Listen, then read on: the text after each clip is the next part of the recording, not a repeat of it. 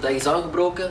Ik vertrek naar de luchthaven richting Spanje. Mijn motto staat al ginder en vanaf morgen ben ik in Aragon voor 3 dagen.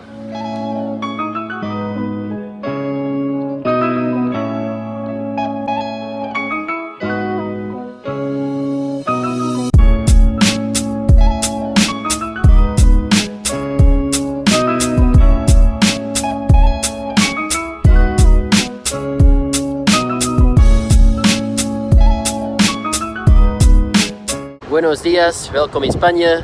Ik ben net geland in de luchthaven van Reus. Ik ben nu even aan het wachten op de shuttledienst om mij naar het kantoor te brengen van het autoverhuurbedrijf. Dus blijkbaar moest ik niet naar het kantoor gaan, maar mijn auto staat hier klaar. Het is een Fiat Panda geworden. Het is een splinternieuwe wagen, een hybride zelfs, dus dat gaat wel tof rijden. De GPS is ingesteld, dus nu rijd ik richting Hotel Alcañiz. 1 uur 40 later in deze pandatje en we zijn aangekomen aan het hotel. Hotel Ciudad de Alcañiz, dus ik ga inchecken en zien wie mijn kamergenoot is. Ik ben ingecheckt, ik heb kamer 228 en blijkbaar zou ik de kamer delen met een zekere Jesse. Dus we zullen zien of hij al daar is of anders ontmoet ik hem later op de dag wel. Kamer 228.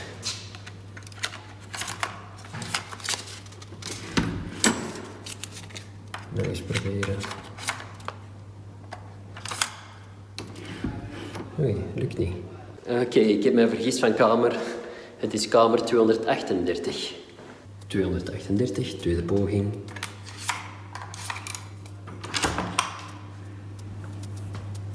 Voorlopig nog geen Jessie te bespeuren. Dus ik kan kiezen welk bed voor mij is. Het ziet er hier best proper uit, moet ik zeggen. Ja. Het is dan ook een 4-sterren hotel, dus dat is niet slecht. En als bed denk ik dat ik de verse bed ga nemen. Ik weet niet waarom, misschien omdat ik niet te dicht bij de wc ben dan.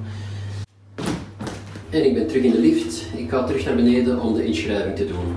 Helaas hebben ze mij wel een groep lager gezet dan wat ik had ingeschreven, maar rond de middag gaan ze de tijden toch herbekijken en de groepen terug herschikken. Het is mijn eerste keer op Aragon en ik heb al 1,5 jaar niet gereden, dus het kan misschien geen kwaad dat ik een halve dagje eerst een beetje terug erin kom en het circuit leer kennen. Het is ondertussen al 10 uur 's avonds en zoals jullie misschien al kunnen zien, achter mij is het bed nog steeds niet ingenomen.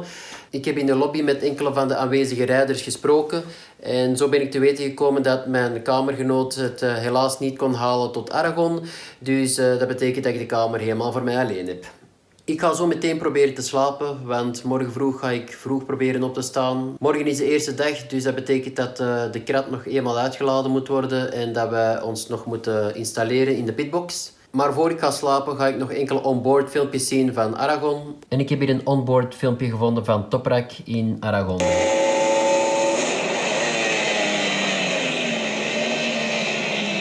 Tot morgen vroeg. Goedemorgen.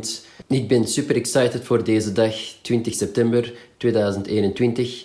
Ik heb in 2021 het hele seizoen in het thuisland België helaas moeten missen door omstandigheden. Maar eindelijk gaat mijn seizoen vandaag van start. Vooraleer ik binnen mag, moet ik eerst mijn temperatuur laten meten. Hier bij het Welcome Center. Nadat ze mijn temperatuur hebben gemeten, krijg ik een bandje dat ik toegelaten ben. Hier zijn we dus aangekomen op de paddock van Motorland Aragon. Hier staat mijn motto, mijn Ninja. Dus we gaan beginnen met deze volledig uit te laden. En ik heb pitbox 13 voor vandaag en de komende dagen.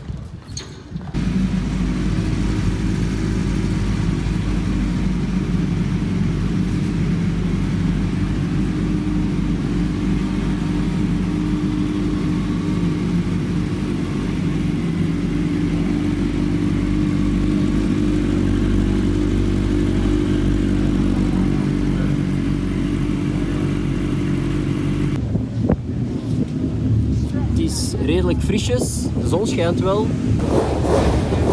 En het is ook heel winderig zoals je hier aan de vlaggen kunt zien.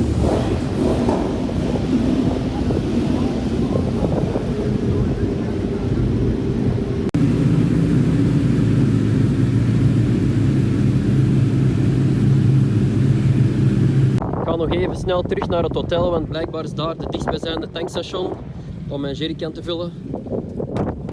Ik heb net mijn allereerste sessie gereden. Mijn eerste indruk van het circuit is dat het veel compacter is dan wat ik mij had ingebeeld na het zien van enkele onboard video's op YouTube. Het gaat nog een paar sessies duren voordat ik mij comfortabel voel op het circuit. Voornamelijk de juiste gearing in de eerste sector. Daar moet ik nog een beetje achter zoeken. Over de motto zelf, daar heb ik ook enkele opmerkingen. Ik ervaarde als het eerste dat mijn clip-ons iets te ver naar buiten stonden. Dus ik ga de clip-ons misschien op het einde van de dag een klein beetje meer naar binnen zetten. Waar ik ook last van had, was aan mijn linkerstuur ervaarde ik enorm veel vibraties. Ik weet niet direct waar dat van zou kunnen komen, dus dat moet ik nog wel uitzien te zoeken, want dat is best wel vervelend. Ook de gear indicator die erop staat, die werkt de helft van de tijd niet. Wanneer ik in 3 zit, geeft hij aan dat hij in 5 zit. En is heel traag in respons. Dus ik ga de GoPro gear indicator, die wel goed werkte, van mijn vorige motor overzetten op deze motor. Maar dat kan ik pas doen als ik thuis ben. Ook ervaarde ik vibraties bij het remmen, maar dat was iets, als ik het me goed herinner, dat ik op de allerlaatste trackday op Almeria ook al ervaarde. Ik moet dus even nakijken of dat aan de schijfremmen ligt of aan de remblokjes. Ik heb nog extra remblokjes liggen. Ik kan die wel eens een keer veranderen. Dan kan ik al uitsluiten of het aan de remblokken ligt of aan de remschijven. Ik kon toch niet wachten tot het einde van de dag om mijn clip-ons te vertellen. Dus dit is hoe ze nu staan, met dat wit stipje uitgelijnd op de zwarte streep. En aan de andere kant heb ik al een aanpassing gedaan. Hier zie je dat de witte stip ongeveer een halve centimeter naar binnen is verschoven. Na de middag ga ik er extra op letten of deze clip-on positie mij bevalt.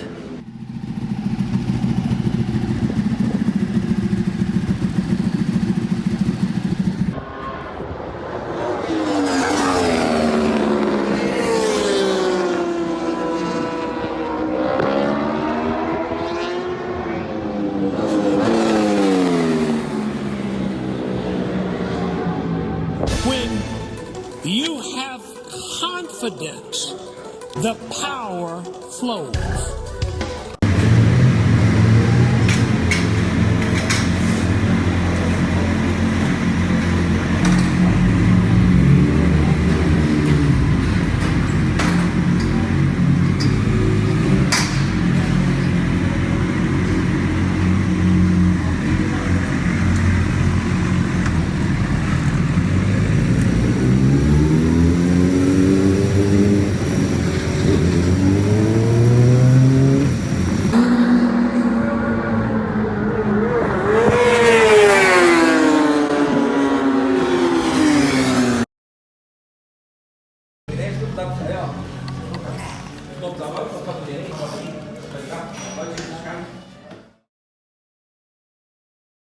Goedemorgen vanuit mijn hotelkamerraam.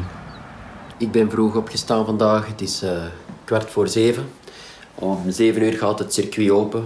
Ik wil er vroeg bij zijn omdat ik nog enkele werkjes moet doen. Gisteren was mijn schakelarm dus losgekomen, waardoor die 180 graden verdraaid is, waardoor ik plotseling van omgekeerd schakelen naar normaal schakelen ging. Dus dat moet ik nog herstellen. Dat kan betekenen dat ik daardoor mijn quickshifter eraf moet halen en mijn standaard schakelstang moet steken. Maar dat ga ik nog zien. Als ook mijn tandwielverhouding was niet echt goed afgesteld voor deze circuit. Ik stond iets te kort daarvoor, dus ik ga een kleiner tandwiel van achter steken. Maar prioriteit is natuurlijk eerst de schakelarm in orde brengen, zodat ik op zijn minst de eerste sessie al kan meerijden. En desnoods zal ik tegen de tweede sessie de tandwielverhouding aanpassen. Later op de dag wil ik ook proberen om de remblokken te switchen om te zien of ik de vibraties uit mijn remmen krijg. Dus op naar het circuit.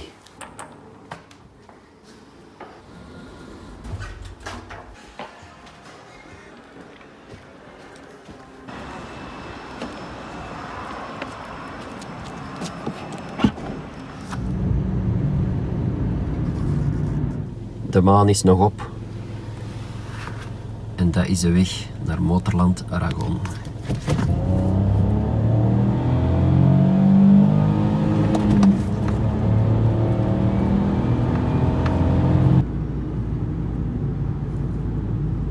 Ik ben dus in de welkomstcenter en hier moet ik elke dag mijn temperatuur laten meten. En vandaag ben ik oké, dus kunnen we het circuit op. De paddock ziet er wel nog redelijk leeg uit. Ik hoop dat de pitboxen al geopend zijn. Ik denk dat ik de allereerste auto ben. Hier is pitbox 30.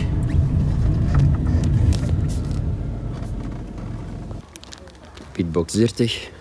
We zullen eens zien als de deur al open is. Ja, zoals ik dacht, is nog gesloten.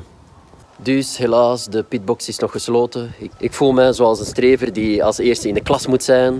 Ik ga eens naar boven hier op de trap, zodat ik jullie een 360 view kan tonen van Aragon in stilte, in de ochtend.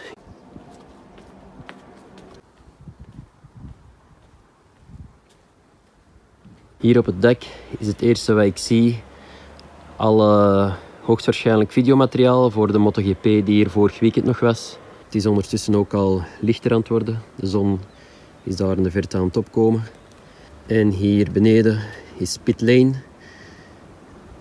En het rechte stuk.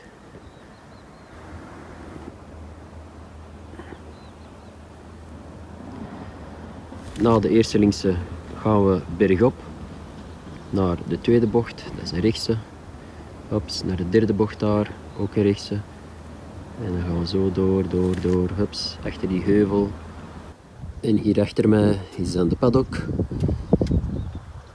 En mijn Fiat Pandatje. Het is ondertussen al 7:20. Ik ben maar terug in de auto gestapt omdat het buiten nog frisjes is. Nog steeds niemand van de organisatie te bespeuren. Volgens mij was 7 uur enkel gisteren van toepassing omdat dat de eerste dag was. En de motto's nog van de krat gehaald moesten worden. Niks aan te doen, gewoon wachten tot er iemand is.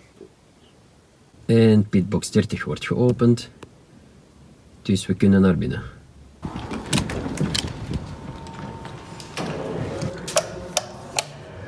Hier ben ik dan als eerste. Deze is trouwens de motor die gebruikt werd in de film Rookie. Dat zijn de mannen van Houten Kit. Dus het probleem hier, gisteravond was ik hier aan het sleutelen. Ze kwamen de pitboxen afsluiten, dus dan moest ik stoppen.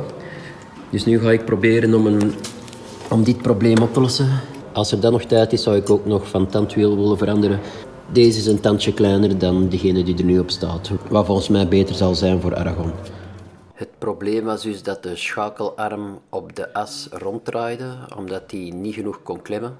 Ik heb geprobeerd om de schakelarm extra vast te klemmen op de schakelas en aan de andere kant heb ik een borgmoer gestoken. En de tandwiel heb ik ook nog kunnen vervangen. Allemaal op tijd voor de eerste sessie.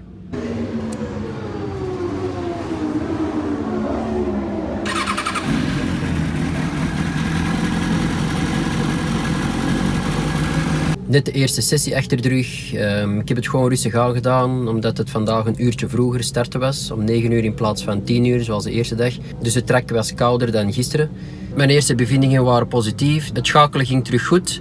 En de tandwielverhouding lijkt precies beter te zijn. Maar zoals ik had gezegd, was het eerder een opwarmronde. Dus de komende sessies zal uitwijzen of deze tandwielverhouding beter is.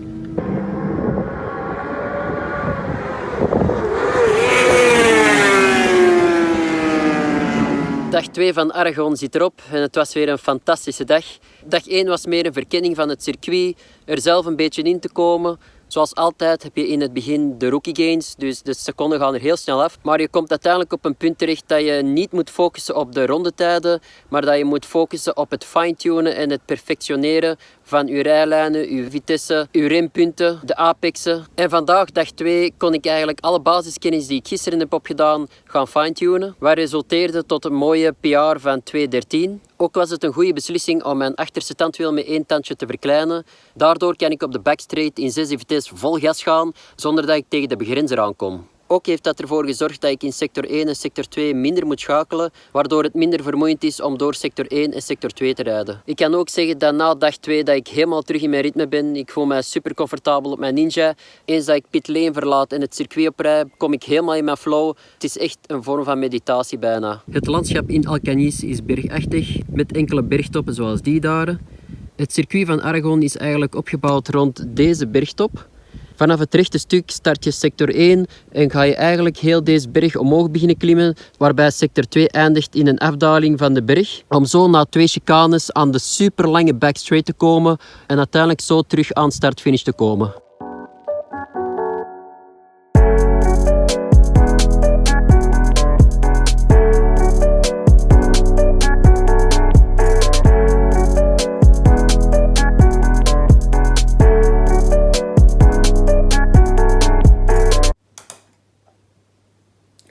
weekend. Dit is dag 3 van Aragon.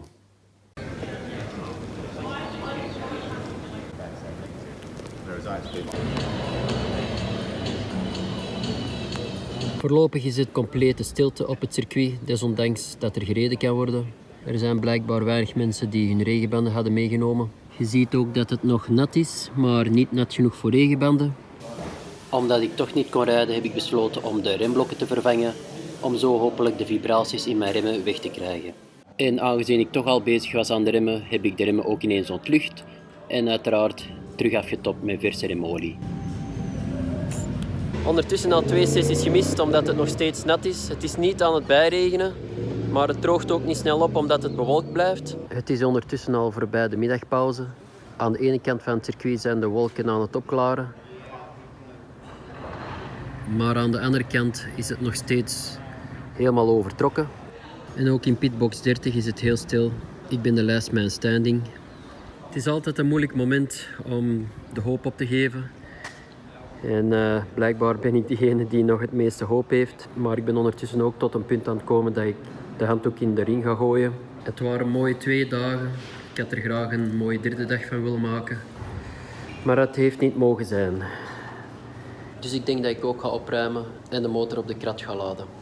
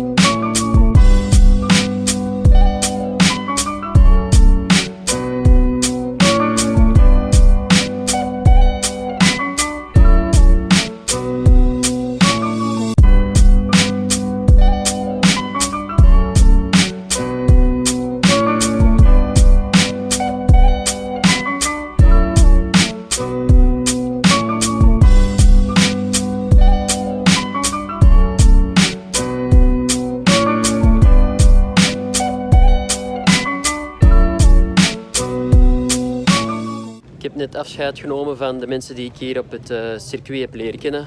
Toch wel een droevig momentje. Ik had vandaag graag nog een hele dag kunnen rijden, maar helaas, als je lang genoeg op het circuit rijdt, weet je dat je het weer niet in de hand hebt. En dat er dagen bij zullen zijn dat je soms tegenslag hebt met het weer.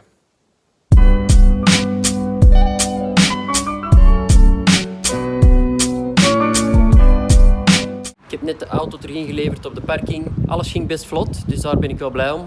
Ik heb al anders ervaren, vandaar. Dus het is nog wel 2 uurtjes tot mijn vlucht vertrekt. Maar ik ga mij wel kunnen bezighouden.